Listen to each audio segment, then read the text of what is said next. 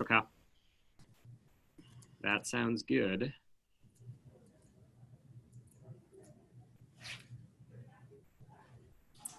Okay, looks like we are recording and broadcasting, so we'll wait for people to load in.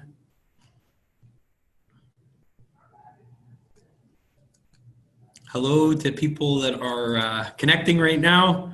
We're just waiting for all the participants to load in through our digital pipeline here. We'll give it another minute just as everybody gets connected here.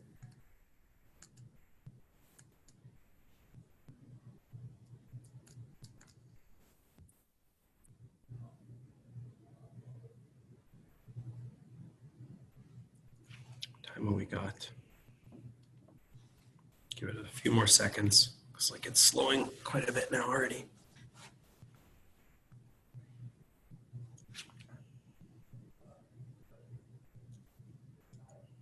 Hello to people that are just joining. We're just waiting for the participant count to load in for all the people that were waiting for us to start the session.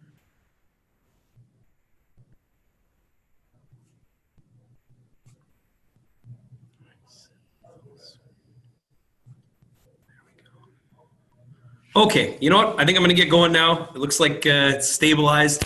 So for those of you that are on this webinar Wednesday, Cisco Kevin back with you, and Christopher Ager, pretty excited to have Uber Eats on board here.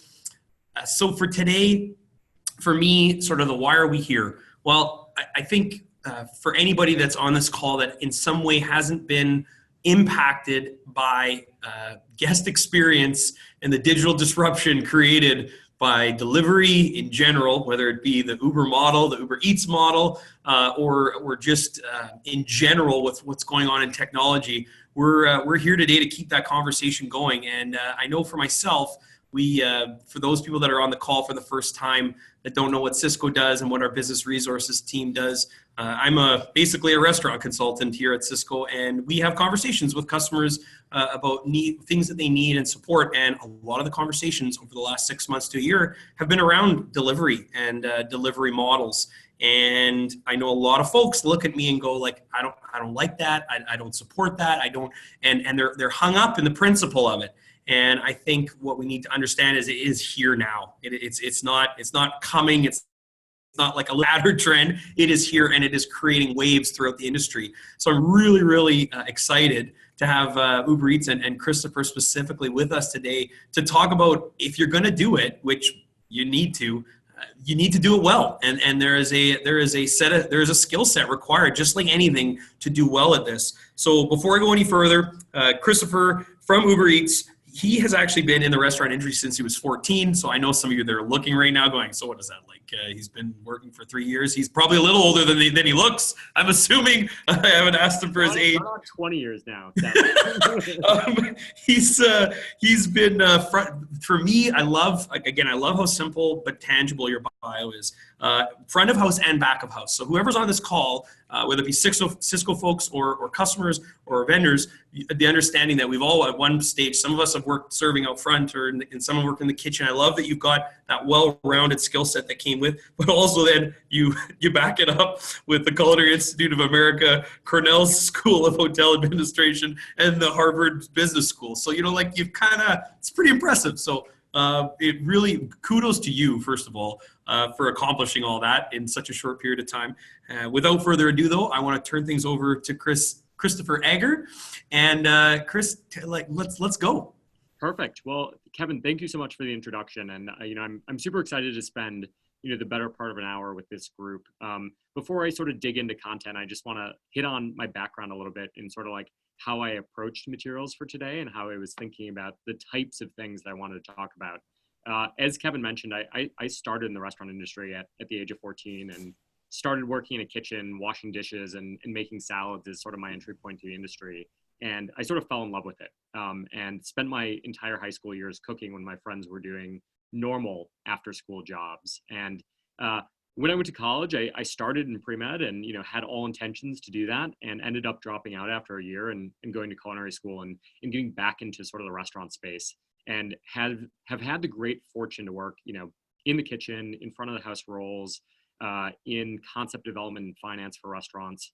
So when I sort of thought about what I wanted to talk about today, I've sort of put in a few thoughts on how I would approach sort of delivery from the perspective as of an operator, and a lot of the things that I have conversations with our restaurant partners and our brands about. So today, I basically have three main things that I was planning to talk to. I think there's about 35, 40 minutes of content. So there's hopefully room for questions to come in throughout. But I wanted to touch on one, the point that Kevin brought up at the beginning, like, why is delivery important, and like, why should you as a business owner pay attention to it? And I think it's important to level set on that. Two, if you make the decision to go into delivery, what are some of the things you should be thinking about as a business owner or somebody that's close to the industry? And these are conversations I have with our largest brands and with individual restaurants on how to sort of optimize their business for off-premise. And then, of course, because I work for Uber, I have a section about Eats at the end, though it's less of a sales pitch and more just talking about, I think, some of the cool things we're doing to invest in this market and really spend time figuring out how we can actually empower success in a world where more delivery is going to be a thing. So first, I want to start with, like, why is delivery important? Like, why should you care as a business owner about this for your restaurant? And, this is a conversation I have with restaurant brands all of the time. And it seems like the narrative changed a little bit over the last 2 years in how people are sort of viewing the space as we've seen sort of trends accelerate. And I just pulled out a few data points that I think are really important to think about when thinking about whether or not you should play in delivery, and how you should be thinking about not only next week, but the next couple years of your business. So the first is, I just pulled out a graph here, which is grocery store food sales indexed to restaurant food sales over about the past decade. And basically the lines are the gap in terms of billions of dollars difference that historically has gone to grocery and raw food sales. And one of the things that you can see is, in late 2014, and this is US data, but it holds true for Canada too, restaurant food sales eclipsed grocery food sales for the first time in history. And consumers are making the choice to bias toward food that is already prepared and save time and opt towards convenience. And I think that, delivery aside, this provides a major opportunity for restaurants to think about how they integrate themselves into sort of the convenience piece of consumers' lives. Delivery is a big piece of that, but it's only a piece, but it's one of the big things driving this trend. Second, and I think this is a trend probably many of you have heard. Swear word coming. Millennials and all of our younger generations are frankly spending more money than any other generation has on prepared food. And I actually think this is a very, very positive trend for restaurants, right? Like, it is great that the younger generation is biasing towards like having amazing food experiences, but they're thinking about how they can fit it into their lives, which means they're going to restaurants a lot, but they're also thinking about, hey, on a Tuesday night when I'm not going out, how do I enjoy really amazing food without having to like spend an hour buying food and prepping it and making it? And by the way, the shift towards delivery and towards convenience isn't just the millennial dirty word. It's all across age segments. Thank you. So we pulled this out from just a survey, and the simple question that was asked to consumers was, are you going to order more delivery next year than you did this year? And you can see that basically every age cohort has said, yeah, we're gonna actually bias towards convenience. That trend is most prevalent in sort of the younger generations, but it's true across, every age cohort. And it's amazing to me that 25% of 72-year-olds said, yes, I'm actually going to order more delivery. I think it's a really interesting and compelling trend. The note that I have on this is, yeah, Kevin. I just want to add to that. We talk about our customer segments that are some of the folks, whether people want to use the term resistant to change, old-fashioned, whatever it might be. Well, their customers in a lot of cases are moving into that group. So I love that. I'm going to use this slide to just show people like those folks are still going to want your food. They're just going to want it delivered. They might not come to your restaurant. So it's just very powerful. Yeah, and I think this trend will only accelerate, right, as we see some of the younger generations mature. So it's something to think about in just how people are sort of evaluating their food spend. And then finally, this is just a stat according to Cowen, but there's roughly a 75 to 80% expected rise in food delivery sales from 2017 to 2020. And if you break that down to an average annual increase, that's pretty material and is going to far outpace sort of the growth in food sales or restaurant sales overall. So it's a fast growing segment. So I think if you break all this down and sort of what it means to you as a restaurateur is, we're seeing major demographic trends in how consumers want to enjoy their food. It doesn't mean that people are going to stop going to restaurants. It means that they're actually opting for better food and prepared food in more situations.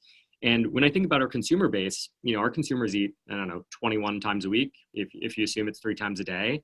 And your addressable market as a restaurant isn't the, 2 or 3 that they went out to a restaurant. Your addressable market now becomes every single one of those meal times. So it's a huge upside opportunity, I think, for people that create prepared food, and consumers are going to pull us that way. So when I talk to brands, I talk to them mostly around how do you get to where your consumers are and how they want to experience your brand and actually control that narrative and control, the customer experience there. So I think phenomenally important. And I sort of recommend that every restaurant takes a look at delivery, not because I work at a delivery company, but because I think that, this is something that's going to be huge for the overall market. Yeah, Kevin. Just wanted to add in as we move to this next phase. And Jay launched on the side, but please filter your questions through. I'll do my best to keep them going, or you can do that at the end. It's totally cool, but keep it interactive, folks. Yeah. All right, so I'm gonna change gears a little bit, and I'm gonna take the assumption that you're thinking about delivery is right for your business. You've already jumped into it, or you're feeling like you have to. I wanted to talk about a few things that you as a business owner fully own that are going to radically impact how successful you are on delivery. And sort of those 4 things are: 1, thinking about the types of things that you offer in off-premise. 2 is thinking about your menu as sort of a strategic way to interface with your customers. 3 is sort of like merging this weird delivery business into your in-store operations. And then 4th is actually being forward-leaning on marketing and how you actually drive incrementality to your brand. So the first of that is actually thinking about what to offer. And one of the reasons I like to have this conversation is, many brands and restaurants that I talk to sort of just think about moving their offline brand online. And I think that there's a lot of brands that works for, but it's not one size fits all, right? We work with, a super broad range of restaurants, and different restaurants should actually probably think about this a little bit differently. So my highlight here is, it's on you as a business owner to think about how to best represent your brand through delivery. And you don't have to do it exactly the way that you do in store. So a few notes on this that I think are really important to think about. The first is focus on items that travel well. And this is always sort of a hot topic when I talk to restaurants. You have to think about how your sort of consumer is going to experience the food that you send them. And some items 100% travel well better than others. But what I would push you to do is think about how you actually set up your menu and your offerings to be ones that are presented well to the customer. And when I have conversations with restaurants, they'll often say, hey, I actually don't think this food will travel well. But I would push you to test it, right? When you make yourself dinner at your restaurant, put it in a delivery container and have it sit for 15 minutes and see what that's like to understand whether that's something you can actually compellingly offer to your customers. Second, yeah, Kevin. I just want to jump in there too. On top of that, I just want to throw the Cisco Business Resource team into that, in that we've been working more and more with customers now about how to maybe potentially reassemble, rebuild, or repackage their existing offerings so they do travel well, right? So that just, I want to add to that. I love your suggestion, basically secret shop yourself, but Yeah. also, there are resources available to you to help you maybe look at how you currently build your food and maybe separate a few things that it travels better, right? So. Yeah, I think a great point. The next point I have on this is just thinking about bundling, right? One of the things we see across the board for our off-premise orders is for basically every restaurant, basket size is larger than they see in store. And that's because you're actually getting to a really unique consumer base that are doing group ordering, addressing families, addressing sets of office coworkers. So there's actually the opportunity to be somewhat strategic around the things that you list, to bundle items, create combos, push things together in a way to sort of increase your basket size, as a way to sort of think about how you actually drive more margin dollars to your bottom line. And delivery is a really sort of compelling and unique way to do that. And then third, as I mentioned, we work with sort of like every spectrum of restaurants across the board. And one of the things I've sort of worked with a lot of our restaurant partners on is you actually have the opportunity to use sort of your delivery brand as a way to sort of introduce customers to your restaurant. And the price point of items that you offer to your customers doesn't necessarily have to be the same as it is in store. What that means, especially for some of our more fine dining and sit down restaurants, is people have actually created separate menu items at a lower and more addressable price point to be able to like fit more into the delivery mold, right? People generally aren't ordering, although you'd be surprised, like $50 steaks, but 100% they want a great burger or amazing appetizers. And like how you can think about driving up sort of your kitchen utilization by having really compelling items that resonate with the delivery consumer is going to be really important to like driving volume to your business. All right, so the second piece of that, right, so you've thought about what you want to offer. I want to talk a little bit about the importance of menus, because when you think about your delivery brand, menus are your primary point of interaction with your customer. And thinking about how you structure your menu to highlight the things that you care about is incredibly important. And I included this slide with a silly stock photo of some menus to sort of illustrate the point. And the story that I like to tell is, when we get a menu, we sort of ingest that menu and build it so it looks digitally like it does in store. But many of the interactions that you have in your restaurant with a consumer are done verbally. So if I go into a Thai restaurant and I order pad Thai, I might say, you know what, I want extra chicken and no spice, and also I'm allergic to peanuts. But it probably doesn't say that on your menu. And you as a business owner actually have to think about how you enable your consumers to be able to customize their orders to build effectively a basket that they're happy with. And I've got a few points on why I think that's a specific opportunity for delivery.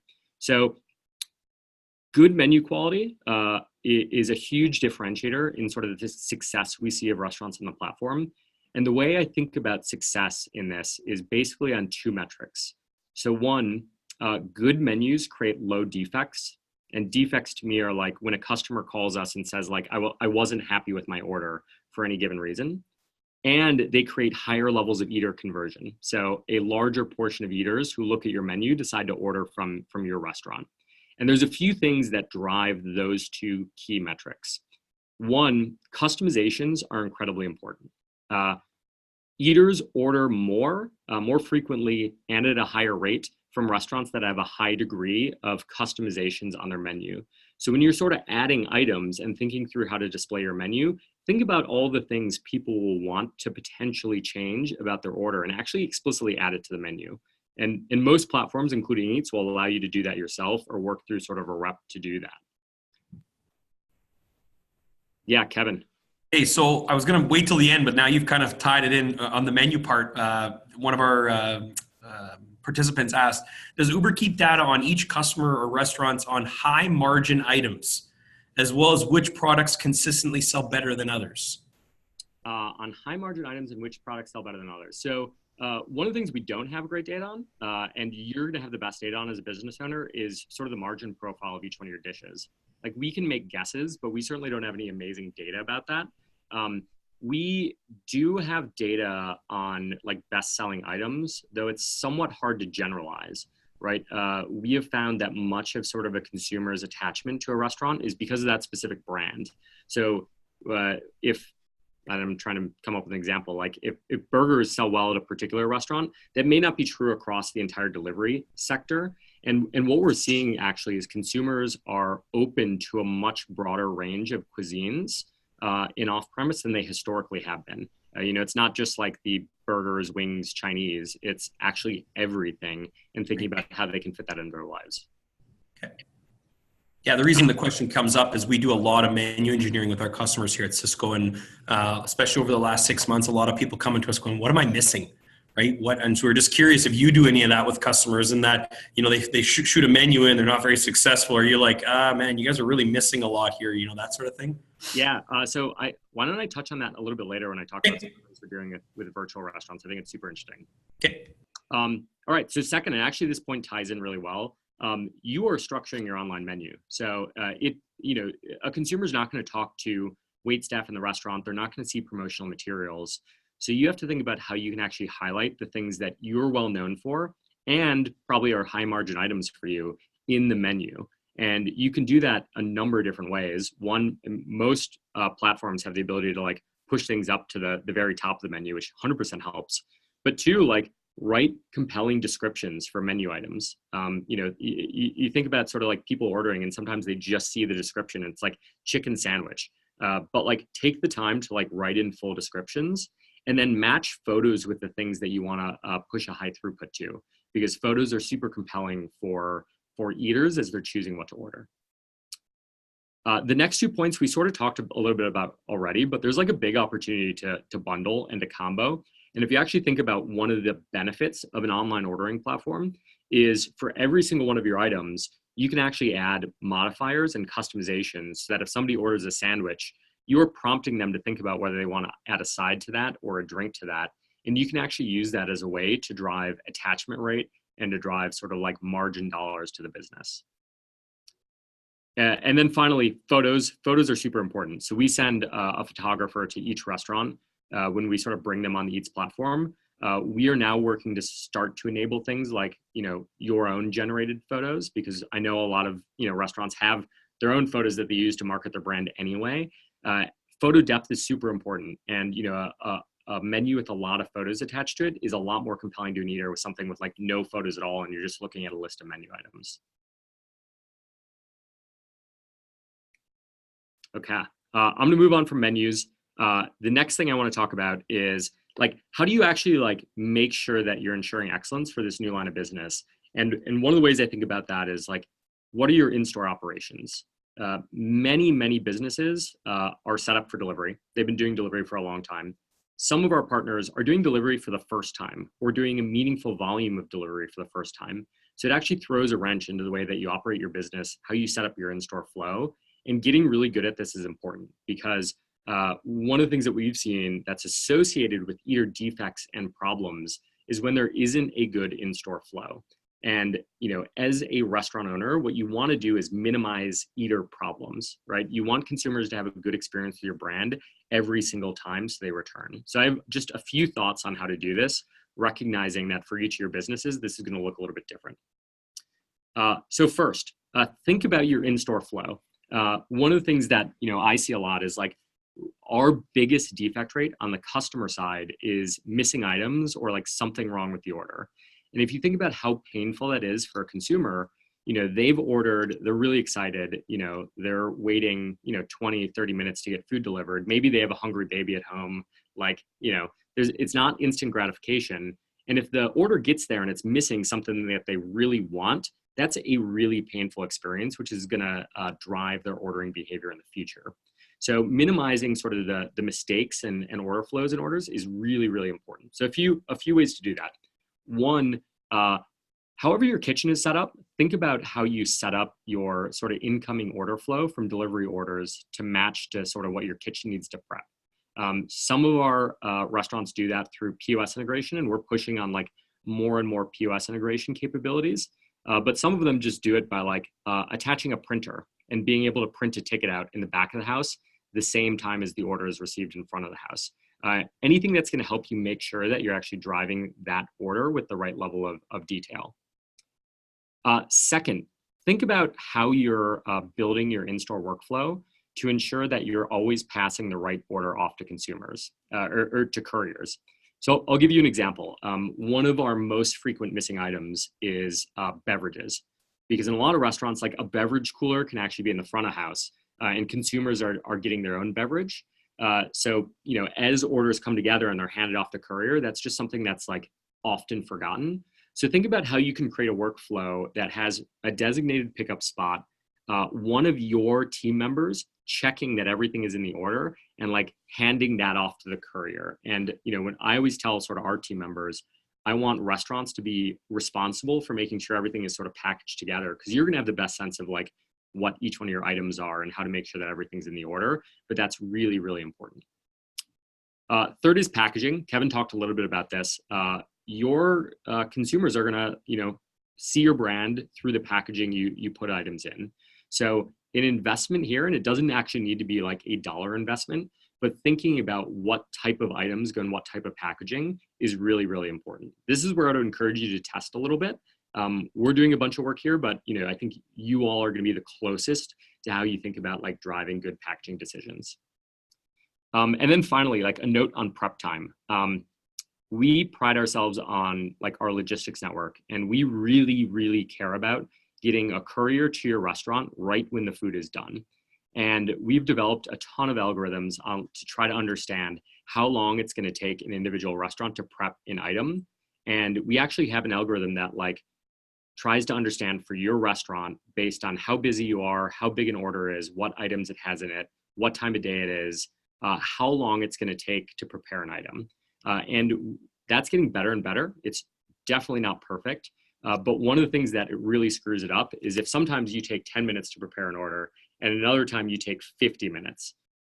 So think about how you can be, more consistent with, the work that you do in the kitchen to prepare orders in a consistent time frame. Because what I want to optimize for is, the food isn't sitting around in the restaurant. A courier is not waiting in the restaurant. You're just disrupting your in-store flow. But there's a magical in the middle where one of our courier partners shows up right as the food is ready and can get it really, really quickly to customers. And then finally, like look at the data, right? So, a number of delivery partners and, us included have portals where you can sort of see how you're doing. So for every one of our partners, they can log into sort of our online restaurant manager and actually look at many of the quality metrics that we care about. And we care about it because consumers care about it, to see, are you online when you said you'd be online? Are you accepting orders? Are you canceling orders?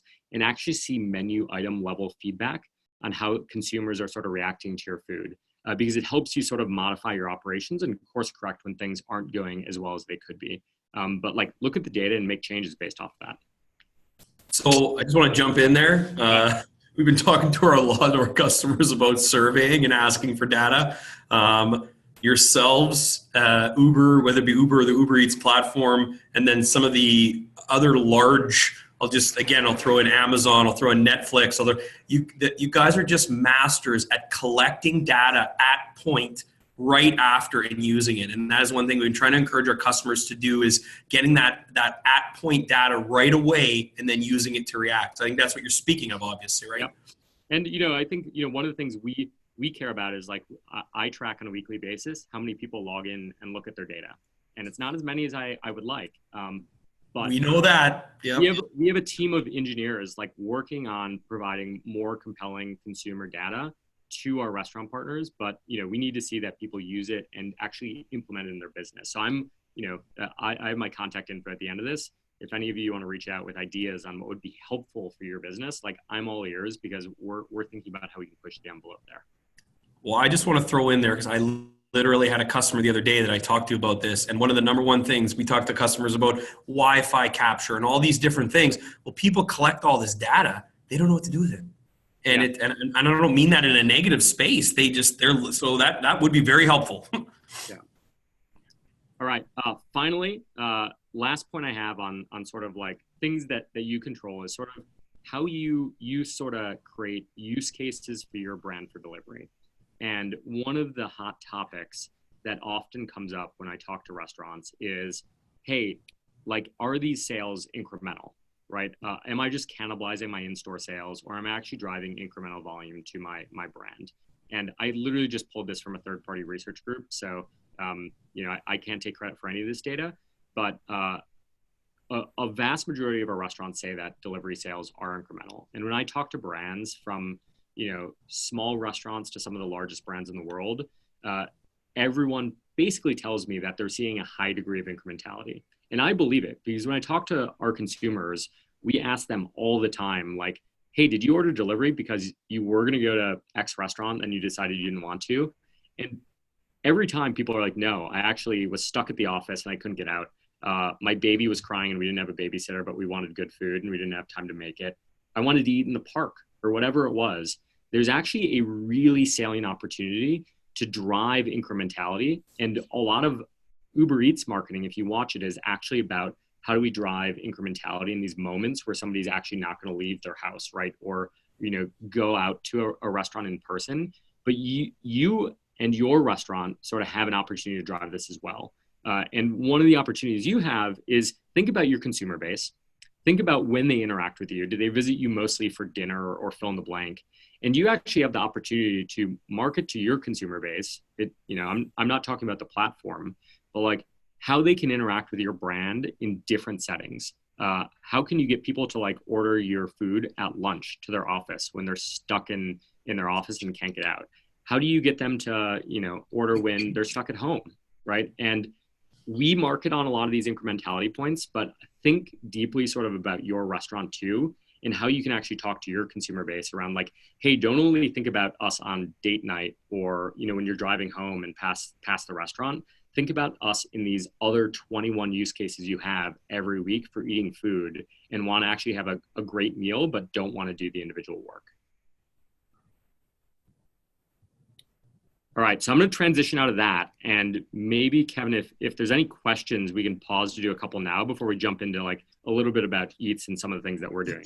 Well, what I'll do then, because there's a few good ones about Eats. I want to skip back to an earlier one. Talked about how does Uber prepare for differences in temperature in the environment. So like for a while in January, Winnipeg was minus 50. For several, I mean, you're in New York currently right now.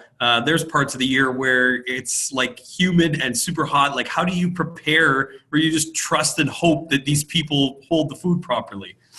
Yeah. So, one of the things I like to talk about in sort of like food temperature, particularly, is I'm actually not a huge proponent of insulated bags, and I'm happy to talk ad nauseum with people about this. We ask our drivers to use insulated bags. They're independent contractors, so we can't force them to. But let me give you some sort of data points and how I think about this and how important it is. So when we started this business, I don't know if any of you remember this, but we started it. I think it was called Uber Fresh originally, and the idea was like, let's put food in vehicles and actually be able to deliver to people in like 3 minutes. So we would effectively like prepare a bunch of food at the beginning of the day, put it in vehicles in insulated bags, drive it around, and then like, as soon as you ordered, the car would be there and you'd be able to pick up, 1 or 2 items. And a major portion of that was testing food that had been sitting in insulated bags for 3 hours. One, food lasts quite a bit of time. What we're really focused on is actually how do you get the food to the consumer in as fast as possible. So like our average time, I think in vehicle for like food items is under 12 minutes. So when you think about how long food sits on the pass in your restaurant, in a lot of cases, it can be a lot faster than that.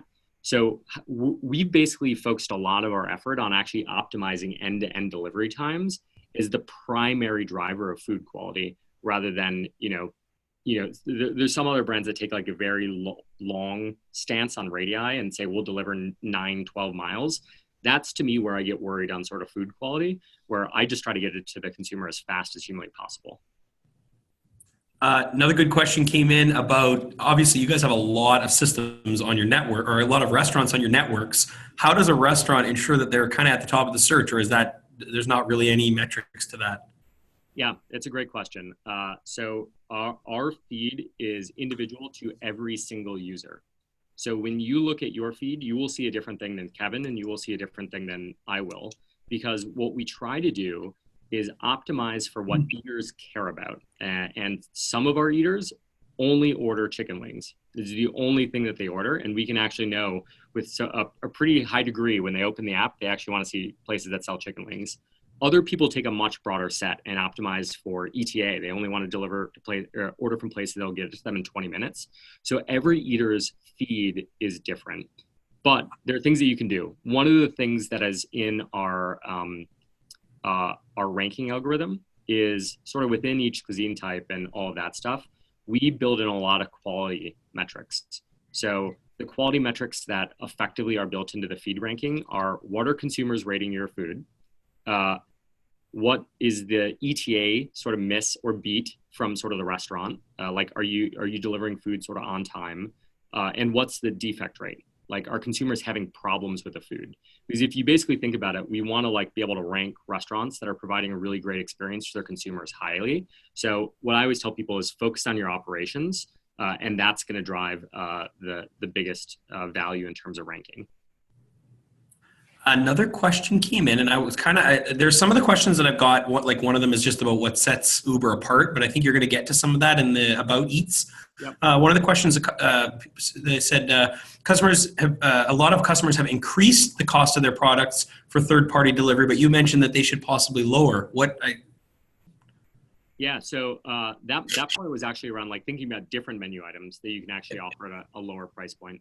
I mean, price point is an interesting thing, right? I talk to sort of brands all the time about pricing, and my recommendation is build trust with your consumer. If you're driving incrementality, if you're actually driving incremental revenue into your restaurant and not, hopefully you don't have to staff a lot of people, you're not paying incremental rent, like your margin on delivery orders should be dramatically higher than it is on in-store. So think about how you build trust with your consumers. And a lot of our brands have chosen to price at the same price point they price in store because they feel like that drives trust with the consumer in sort of removing that decision logic and all of the times they enjoy it. I don't know the margin structure of every individual restaurant, so it's difficult for me to make blanket statements, but I would say like, just raising price isn't a solve for everything. And I recognize that delivery comes as a cost, so it's not like a clean solution. Okay, thanks. Okay, move into the About Eats now, because there's a question about kind of what sets you guys apart, so I think you're going to answer some of that in there. Yeah, cool. So I just have like a couple slides about Eats, and then a few slides about some of the cool things that we're doing that I think are interesting ways to grow your brand, and then we can pull up for sort of questions at the end about that. So, all right, about Eats. So hopefully a lot of you know Uber Eats. We do on-demand food delivery, and we are highly focused on sort of bringing the best food to eaters wherever they want at the tap of a button. And if you know anything about the Uber brand, we are super, super highly focused on operations, right? We care deeply around customer experience, about end-to-end delivery times, about driver having like driver partners wherever we're offering delivery. So that's really, really where we focus, and I can talk a little bit about that before. So we partner now with, I think over 200,000 restaurants across 350 markets, 36 countries. And when I talk through this, we actually have taken a stance, and it's different than some of our competitors, that we actually want a very broad range of restaurants on the platform, everywhere from, you see multinational brands to individual local favorites and places that are sort of bedrocks to their community. And our thesis on that, and why we think that's important, is we want eaters to come to the app, right, when they're hungry. And the more eyeballs we can get in front of your restaurant is what we're trying to solve for. Rather than trying to target like a highly curated selection and only saying like, we're going to offer these 4 restaurants, we want consumers and our sort of consumer set to be able to make that choice and to come to Eats whenever they're hungry and then be able to flex. In looking at consumer data, you'd actually be really interested in how people like change their ordering patterns over time as they discover like places they didn't know in their home market. And there's a broad set amongst our consumer base between people that only order from the same place, a ton of times if they're stuck at work, to people that actually use it to explore and get to know, and then like actually end up ordering from places that tend to be their favorite. And then, this is like a representation of where we serve. I like to make this point, not because it's helpful for any of you that we, have a business in Australia or in South Africa, but we're really heavily focused on sort of covering a large base of eaters. So in the US, we now cover, more than 70% of the population. That's probably the upper, getting up to where we'll serve, because there's plenty of people that still live in the woods, and, delivery just doesn't work at a certain level of density. But why I think this is important for you is we are building a truly global business, and we are investing in it in a really meaningful way. And that means we have the capability to hire a ton of engineers, a ton of marketing resources to think about how we actually invest in this platform and invest in the brand, which I think is good for all of our partners, even if, it doesn't help that, we're in a bunch of countries in Europe, because you're thinking about sort of your town and where you serve. So a few things that I wanted to call out that we're doing that I think are sort of neat in how we're sort of helping our partners lean into growth. And the three things that I wanted to call out briefly, just as fun call outs for things we're doing recently, are one, building better abilities to leverage the platform. Two, marketing both our brand and our restaurant partners' brands. And then three, building additional capabilities for our partners to be able to experiment with Eats, because we're still learning, I think, along with all of you, and we want to be able to experiment together. So first, on leveraging the platform, I think this is a huge opportunity for us and for all of you, in that one of the things that I think sets us apart, right, is we don't just do food delivery. Certainly, we have a huge team devoted to food delivery, and I've been devoted to it for the last 2.5 years. We also have a very big ride-sharing business. We offer bikes, scooters, freight solutions, and our user base is actually much more diverse than just a pure food delivery app. So we have 75 million monthly users globally, and it's on us and our teams to think about how we convert those riders and consumers into food delivery consumers to your brand at times that are super high intent for them. So we do all sorts of cool things like, if you're in an Uber home from work, if you scroll through the feed, you can actually see that we show restaurants that will deliver to you right when you get home. So if you're coming home late from work, you can actually time up your food to meet you right when you get to the door. Or when you're taking an Uber, back from the airport in a new city, we can actually recommend restaurants that are great to order from in that city. So instead of ordering, mediocre room service, or some room service is great, but you actually have a much broader set of choices in how to interact with your city and your location. And we're in the early innings of how to do this in a really meaningful way. One of the things that we've just launched, and if you're an Uber consumer, you've probably seen this, is a rewards platform for our riders. And if you haven't, it's a tiered system. And the idea is the more you use Uber, rides, or Eats, you actually get rewarded and you get benefits, which I think is super cool, because you can use those benefits not only on rides and to take Ubers for free, but on food delivery. And some of the things that we've actually done is we've actually made it for our highest tier, so our highest value sort of Uber consumers, they actually get free deliveries from Eats every time they hit tiers.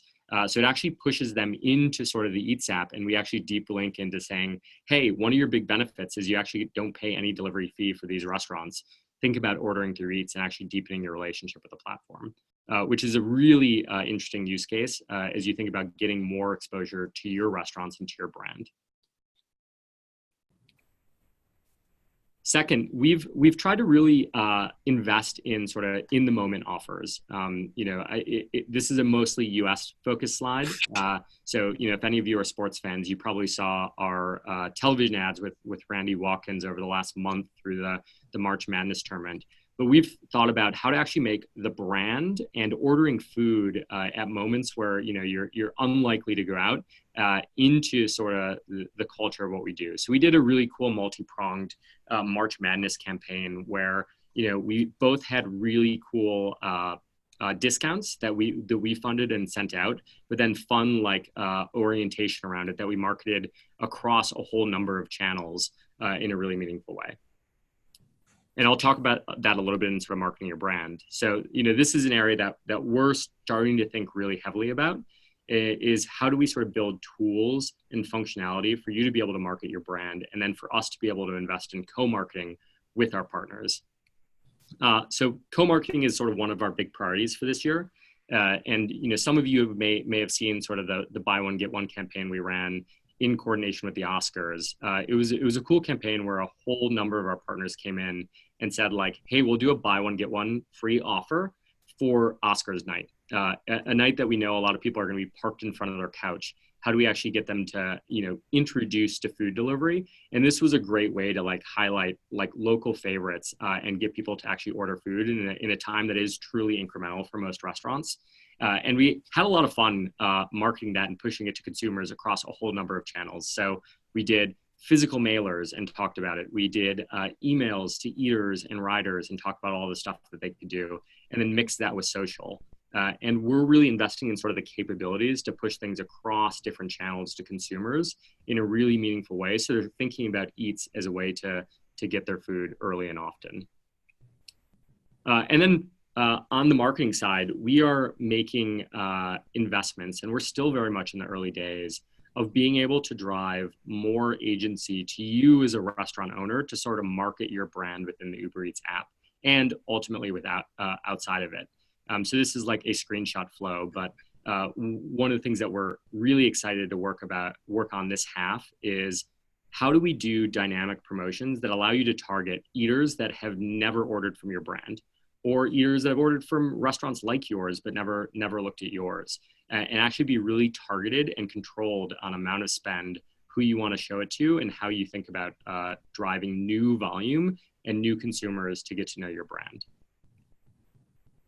And then finally, a note on experimentation. And I wish I had a ton of time to talk here because we think a lot about experimentation and how we can actually drive new interesting ideas. But I just pulled in one example, which some of you may have heard of, which is this concept of virtual restaurants that we've really sort of ran with over the last year. One of the problems we were trying to solve is when we talk to a lot of our restaurant partners, they would say, hey, my kitchen isn't at capacity. I could probably produce more orders out of the kitchen, and I would love if you could drive me more demand. And at the same time, we were seeing sort of like our eaters searching for food in their local area that we didn't have great restaurants on, or restaurants didn't exist that supplied it. So people, I think this originally got started in Chicago, where we saw our eater base was searching for like poke restaurants in a really meaningful way. And there just weren't a lot of poke restaurants. This was like early on the trend curve. So we actually talked to a lot of our sushi restaurants in the Chicago area and said like, hey, you probably have all the ingredients to like create poke. It's, many of the same things. Would you consider sort of like testing new menu items in a brand new brand that we'll put on the Eats platform? And it took off. We saw a lot of restaurants have a lot of success with this as a way to like be able to push more volume through their kitchen and, and help pay down sort of fixed expense costs. But it also is a way, and one of the things that we've gotten a lot of resonance from is the ability to test new menus, new hours in a pretty low cost way for your business if you're thinking about opening a new brick and mortar brand in the future. And I just have two examples here. We have one, and this is in Manhattan. One of our Thai restaurants that was on the platform on the Upper West Side recognized that there was a high desire for like vegan food in the area. And for any of you that are in New York, you recognize that's true. He saw there weren't any vegan restaurants that offered delivery, and in fact there weren't many in the area. So he worked with us to sort of create a vegan Thai restaurant, because a lot of the ingredients were actually overlap, and launched it as a whole new brand. And since then, it's been a massive success without a whole lot of overhead burden for him. Another example, and I just pulled this screenshot from a newsreel we did on it, was Pie Pizza in Chicago, where we had worked with this team on, hey, there's a lot of need for like fried chicken in the area, and there was just no restaurant serving fried chicken, particularly for delivery. So this restaurant and this team's like full of entrepreneurs actually have stood up a whole number of virtual restaurants. They run multiple virtual restaurants out of their one storefront, and many of them do hundreds of orders a day. And I think it's a great example of like how we've been able to match consumer data with restaurants that have the ability and the desire to be a little bit entrepreneurial as a way to drive 100% incremental, really high margin new sales into restaurants. So quick note on that. I think it's super exciting. But where I'd push us on, and I think where we're pushing ourselves on, is we want everyone on our Eats platform to be able to leverage the entire platform, ride sharing, scooters, bikes, public transport, Eats, and think about our business that way. Two, we're building many more capabilities to be able to market your individual brand, invest in co-marketing, invest in tools for you all. And then third, we're all open ears for experimentation. So there's a couple things that we're doing and we're trying to scale in a more meaningful way. But I love talking to restaurateurs about ideas they have in how, we can sort of meet this trend towards more delivery and off premise in a way that's good for your business and can actually scale. So that's all I had in terms of prepared content. So I actually think we have a few minutes for Q&A. I'll just put up contact info here because I think it's a good one to end on. I linked sort of our information page. If you haven't been to it, click through it and it'll give you information on sort of the brand. And if you want to sign up for more information, you can do that. I also put my email. I don't know how many people are on the call, but if you have a question, have a thought, email me directly. I may not get back to it in the next 2 hours, but I promise you I will get back to it. I'm always interested to hear from restaurants and sort of their thoughts, what their pain points are, and where they have ideas. Hey, answer some questions here. One of the customers, this was earlier on, talked about being in downtown of a city where it's hard to park, drivers to get in. Like, how do you guys deal with that in an area where that's a problem? Like somebody comes to you and says, yeah, people have a problem here. Like, how do you help them? Yeah. So, I mean, I think, so we operate in a whole variety of cities, right? Our business is effectively, and this is true across rideshare and Eats, trying to tailor a product to neighborhoods. And we only win when we get good at neighborhoods. High density is really hard, right? If you think about our couriers and the experiences they have in parking in, Manhattan and delivering to the 16th, 18th story of a building, it's way different than, the problems you see in Winnipeg or, in Kansas City and just like the dynamics of a market. So, one of the things that we push on is trying to think about how we have different courier types in our different markets. And we now actually have drivers, walkers, bikes in markets. We have scooters, where scooters are a big thing, probably not in Winnipeg, but in many other markets.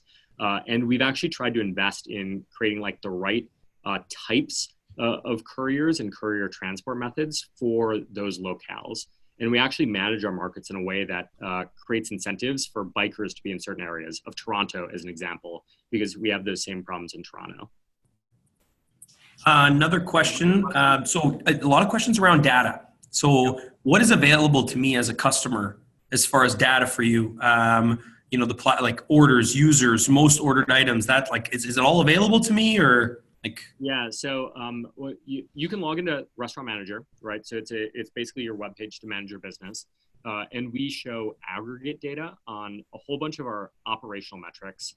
And then you will see metrics on like what items have been ordered, ratings, free text comments from eaters. So all of that is available. I will say we need to make a much greater investment in that. So it's one of our big priorities for Q2 and Q3. And we've got a team working on that. So if you have any ideas, what would be really helpful, please let me know. On consumer data, we don't yet share consumer data because it's obviously a very sticky area where our eaters have somewhat told us like, hey, I don't want to get emails from a whole bunch of random restaurants. So we actually are thinking about how we build the next generation of that and allow eaters to be able to opt into things like getting messages from your brand, so that we're actually giving the consumer the choice and being thoughtful around how they think about their data. But there's work to do there. But I would say it's early innings on that one. And then sort of the same question, but to find out what's popular in my area. So if I'm a customer, I'm using Uber Eats. Like, how do you help me understand, like, if I'm missing an area or if I like that sort of thing? Yeah. One thing I would say is like, send me a note. We certainly, we don't have like account management teams matched up with every individual restaurant. So we're investing in that area to actually invest in teams that can actually reach out and proactively push that. We try to do that in a meaningful way. I'm also sort of working on how do we over the longer term build more self-serve information on that, but it's hard to access today because it's a lot of number crunching. One of my big opportunities and like thinking about is how do we fill in those areas where we're missing opportunities. The other thing I'll say on popular items is if there's an item that's or set of items or cuisine that's really popular in your area, you actually might not want to play in that space because it's pretty well served. it's actually really interesting to think about the things that don't yet have a ton of pickup, and how you can actually bring something sort of unique to the platform, either in the quality that your restaurant is bringing, because a lot of cases, like, we have a number of Italian restaurants, but there's one that does 10, 12, 14x the volume because they're clearly doing something differently, or the segments in sort of like the cuisine that people want to order. Good question about, just to clarify, because I think you stated that, are they allowed to have their online menu priced differently, like through Uber, than in their restaurant? So we technically say no. I will say it's very difficult for us to monitor that, and you need to make the decisions that are right for your business. And then one of the other questions is, how do you guys decide who you onboard? Is it pretty much you just wait and see, or are you specifically targeting restaurants? Because I feel like you kind of answered that question before with how you like to have a diverse platform, but what does that process look like? Yeah, so the biggest thing we think about in what restaurants we onboard is, can we serve that market? And by serve that market, I mean we have a really robust courier network in place, and we have consumers that are logging onto the app, right? And if we do those things and feel like we have a really robust marketplace stood up, then we are willing to work with sort of restaurants across the spectrum. We certainly have a sales team, right? They target, maybe many of you have heard from them, and they sort of target outbound. But if you're interested and you're in an area where Uber Eats is up and running, I would say click through that link, and we're excited to partner with people. Hang tight. There was one more. Okay, and then in a comparison to dealing with other companies, I know you don't appreciate that you're not slagging anywhere or anything like that, but what I feel like you kind of covered them, but just main points of differentiation why I should work with Uber and not, I mean, I'm sure you also would think if you were on a business on the outside, it's not bad to be with multiple platforms. What are your thoughts? Or how would you answer that? So I think, every market's a little bit different, right? And it's tougher to make a blanket statement across Winnipeg and Vancouver and Miami and London. I think the things that we really care about and want to bring to the table are, one, operational excellence. We care consumers get as good of experience as you care that they get in store, and we have a lot of capabilities and data and investment to do so. So that's one. Two is having really best in class end-to-end delivery times and reliability, right? We have a huge network of drivers out on the road, and we use that to our advantage. Third is massive consumer base, right? We have a massive number of consumers that use not only rides, but also increasingly eats. And then I would say fourth is we are dedicated to building sort of restaurant technology. And we're new to this business, so we're still learning all the things that we need to build. But we've got teams thinking about how we can actually make running your business easier, reaching customers easier in a really meaningful way. And that, I think, is still, I think we're in the first or the second inning on the restaurant technology stuff. I've got another guy who just said they'd love to have you in their area. I don't know what area they're in. So Carl, please make sure you reach out to Christopher directly, because I feel like if Grubhub and DoorDash are there, there should be areas that Uber Eats might go for. Yeah, it should be a note. I think we're committed to going to where consumers are, right? I think our model today is we only work with restaurants that want to partner with us. Some of our other competitors, like the Postmates or DoorDash model in cases is list a bunch of restaurants, even if they don't have a formal partnership in place. I don't think there's anything wrong with that. It's just not our model, because we do really care about end consumer experience. So that makes us expand in a more measured way, let's say. But yeah, shoot me a note, and I can take a look where we're going, and if we have plans to get there soon. Yeah, I don't have a lot of other questions, to be honest. I think that I got to most of them, but I love how open you are to people reaching out to you direct. Christopher and I had a really great chat prior to this call and last week, and it's just a fountain of data. And so I just first and foremost want to thank you for taking the time out to speak to us and be with our group today. I know for myself, there was some great, of course, as a consultant for Cisco, I'm also thinking how can I share this content with everybody? I really think it was a very transparent move for you and your group to come out today and just teach people to get better, because they still have their choice to join whatever platform they want. And I really respect that confidence in your brand. I love that you like in the middle there asked and said, hey, if you guys have any ideas for stuff we can do, like how open you guys are to, hearing feedback and all that. So I can't thank you enough. So some lots of comments on the call as well. Thanking you for being on today. And I look forward to talking to you more in the future. We can get this slide deck out to the customers, right, Christopher? Yeah. I'll clean it up and send it to you afterwards. I mean, Kevin, thank you for hosting me. Excited to be a part of this. And I mean, to everybody that's on the line, thank you for taking an hour out of your days to listen to me talk about delivery. It's an area I've gotten super passionate about over the last couple of years because, I think we're seeing really interesting trends on the consumer front. But I recognize not every question is answered. We're still learning along with you guys. So where you have recommendations, where you have pain points, like I legitimately want to know. Well, and I'm looking forward to maybe digging into some data with you. I know you said not necessarily customer directed information, but I can tell just from some of the questions today and what we've talked about, there is a big gap in what people are, like the data that they're using to make business decisions, right? So I'm looking forward to working on that with you in the future. Excellent. Well, thanks to everybody today as well, as Christopher said, for giving up your time. We really appreciate it. In a couple of weeks, we'll have another webinar content. We look forward to having conversations with you across the country on this subject and helping you all get better at doing delivery. Cisco Kevin, Christopher signing off. cheers. Have a great day, everybody.